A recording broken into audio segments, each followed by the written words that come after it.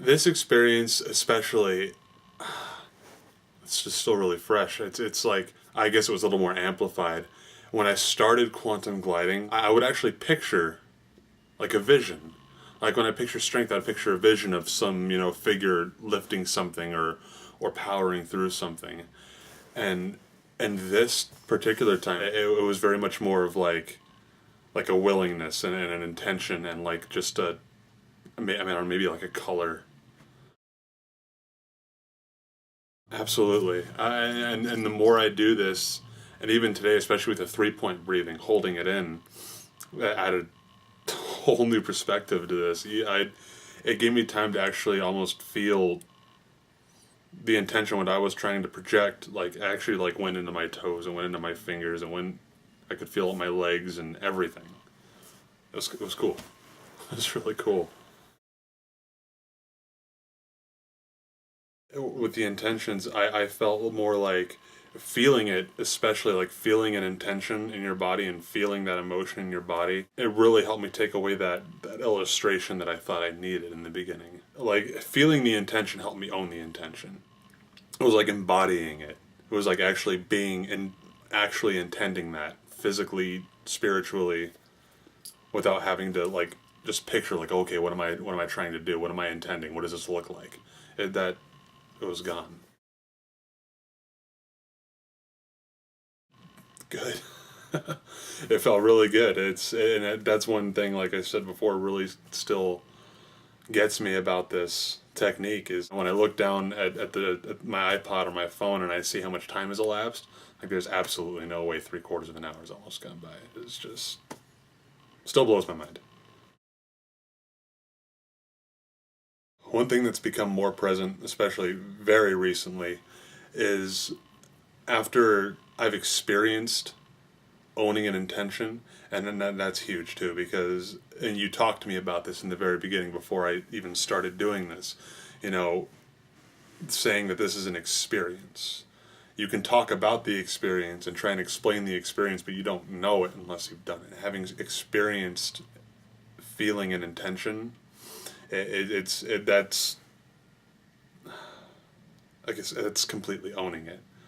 You own it when you can feel it. That allows you to carry that out into your day, into the world. And I would really strongly urge anybody to try and get that much of a handle on their own intentions and what they're putting out into the world. That's so much more of a better word because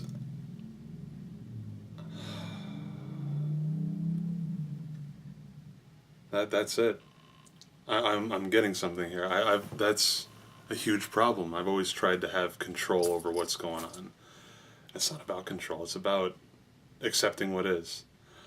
You own an intention when you accept it. When you accept brotherhood and fellowship, and you just leave opposition and differences and disagreements out of it, and just accept it. Accept health. Accept people. Accept love. That is love. You can't experience love until you learn to accept.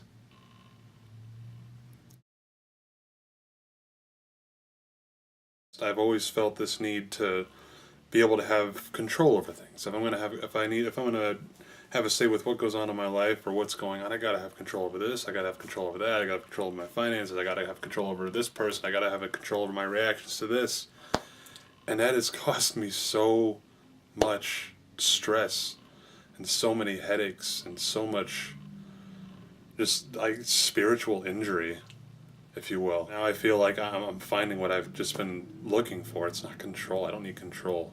I need acceptance. This is my time to just realize who I am outside of what I do, outside of how I was raised or what I've gone through in life, and accepting who I am, embracing who I am, embracing who everybody else is around me.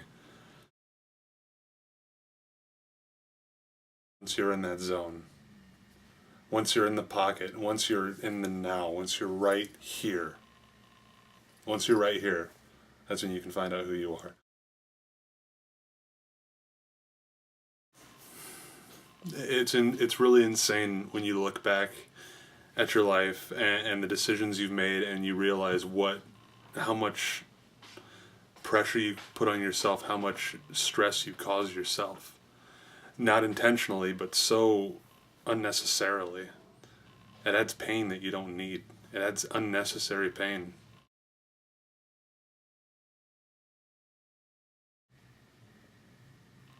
Yeah. Yes. I don't think I've ever been in the now until I've done this. And maybe there's, other avenues to being in the now. I'm sure there are, but this did it for me. I would love if everyone gave this a shot. Learning to experience now oneness, just to experience yourself and who you are. There's absolutely nothing negative that can come from that. Everybody wants to know what the secret is, but then again, these people who keep searching for it and can never find it. It's all about flipping the intention of flipping the mindset away from wanting to control and wanting to know and just letting it happen.